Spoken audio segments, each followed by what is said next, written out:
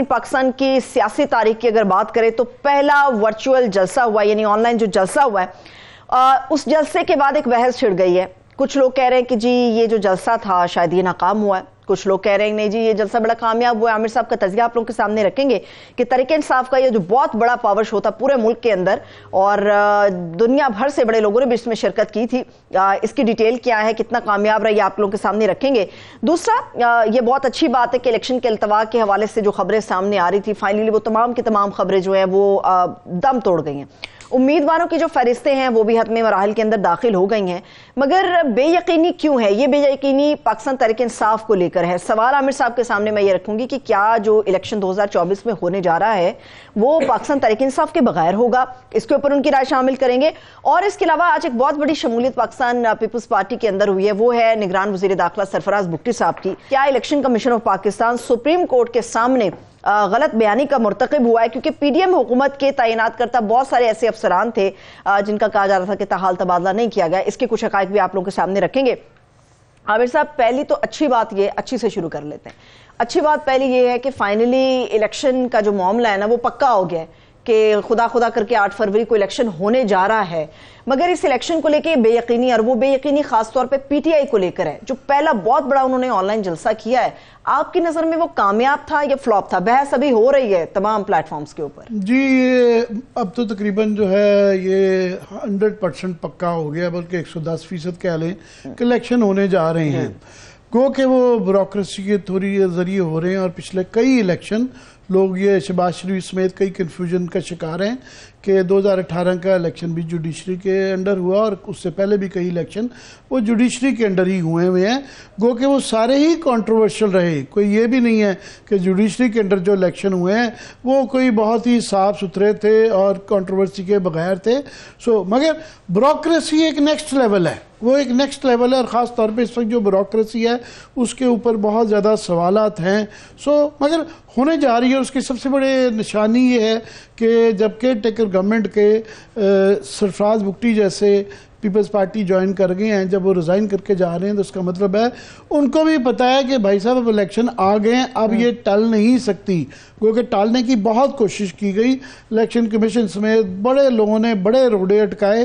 अदालतें बड़ी जनरस नहीं, इलेक्शन कमीशन पे तो बहुत ज़्यादा, इलेक्शन कमिश्नर साहब पे ख़ास तौर पे बहुत सुप्रीम कोर्ट जनरस है कि उनकी बाकायदा तारीफ़ की गई और नज़र आ रहा था। और वो उस पर बाद में बात करेंगे कि जिस तरीके पर ये जो प्रोसीडिंग्स हो रही थी इलेक्शन करवाने की, जिसमें सुप्रीम कोर्ट ने वर्चुअली अंगूठा यहाँ गर्दन पे रख के इलेक्शन की डेट उनसे अनाउंस करवाई है, तो उसके अंदर भी झूठ बोला गया। वो उस पर भी बात करेंगे। और हम ये लास्ट प्रोग्राम में जुमेरात को ये बताते रहे, हमें ये पता था कि जनाब ये अगस्त से खत आया हुआ इनके पास कि ब्यूरोक्रेसी के हवाले से इन्होंने उसके ऊपर बैठे रहे। आखिरी वक्त तक इलेक्शन शेड्यूल को आखिरी वक्त तक अनाउंसमेंट के लिए नहीं जाना चाहिए था, और वो भी सुप्रीम कोर्ट के कहने पे कि रात के 12 बजे डेडलाइन खत्म हो रही है। सुप्रीम कोर्ट के कहने बजे आप जो है ना 11:30 बजे के करीब जो है ना आप अनाउंसमेंट करते हैं, और अनाउंसमेंट भी साग डार के थ्रू होती है। तो ये एक मजाक है।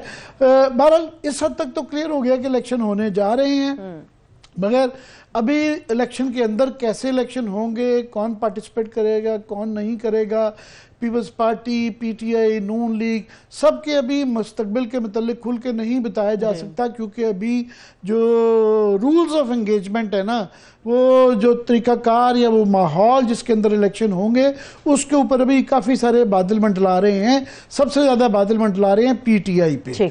बहरहाल वो पिछले इलेक्शन के अंदर पाकिस्तान की सबसे बड़ी पार्टी ठहराई गई थी और वो गवर्नमेंट में भी रही। तो उसके बाद ये नहीं पता कि उनको किस सूरत में, किस माहौल में इलेक्शन लड़ने दिया जाएगा। एक तो सबसे बड़ा सवाल तो ये है कि बल्ले का निशान उनको मिलता है या नहीं मिलता। उसके बाद दूसरा बड़ा उनका सवाल है कि एज ए पार्टी भी उनको अलाउ किया जाएगा कि नहीं जाएगा। आज के दिन की जो डेवलपमेंट है कि इलेक्शन कमीशन ने उनको 40 सवाल मजीद थमा दिए। पहले उनको कहा कि आप इलेक्शन दोबारा कराएं, उन्होंने जो है इमरान खान को नहीं लड़वाया और उनके बकौल आज गौर खान को मैं सुन रहा था, उन्होंने कहा जी हमें शक था कि उनको नाअहल ना करार दे रहे हैं, इस शुबे की वजह से हमने उनको चेयरमैन नहीं बनाया।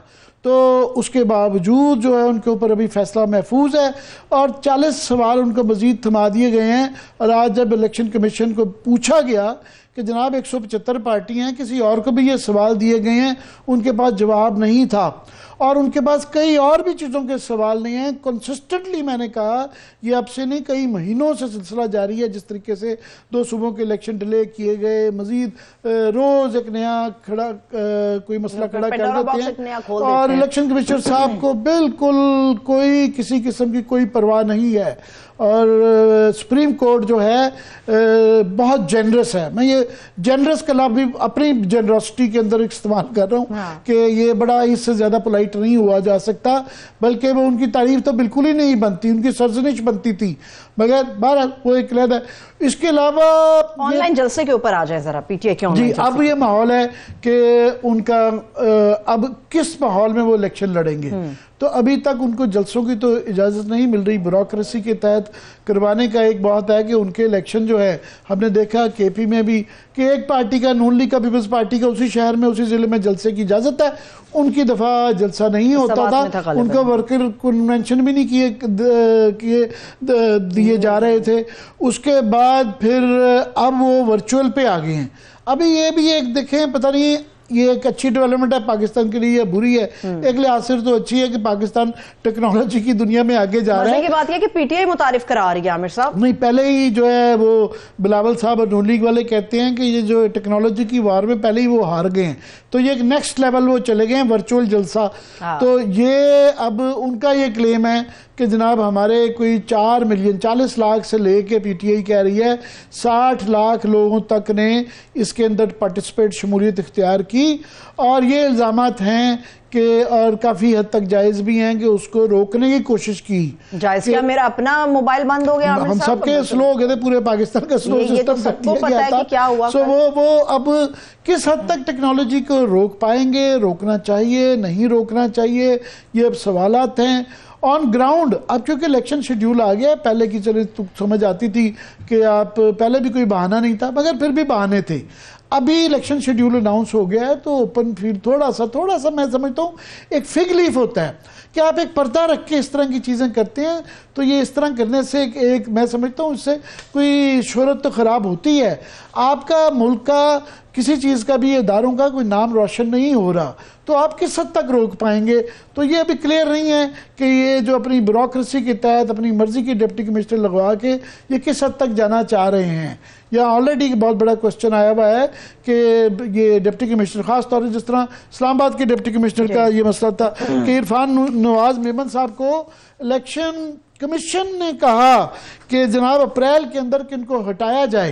ये अप्रैल में इनको लगाया गया था, 2-3 महीने पहले इनको कहा गया कि हटाया जाए, जबकि केयर टेकर गवर्नमेंट ने जिनका काम सिर्फ हुक्म की तामील करना है उन्होंने नहीं हटाया। अब वो डेट इलेक्शन शेड्यूल आ गया है तो इसके बाद ये बहाना किया जा सकता है, ये किया जा रहा है कि जनाब आप अभी तो तबादले हो नहीं सकते।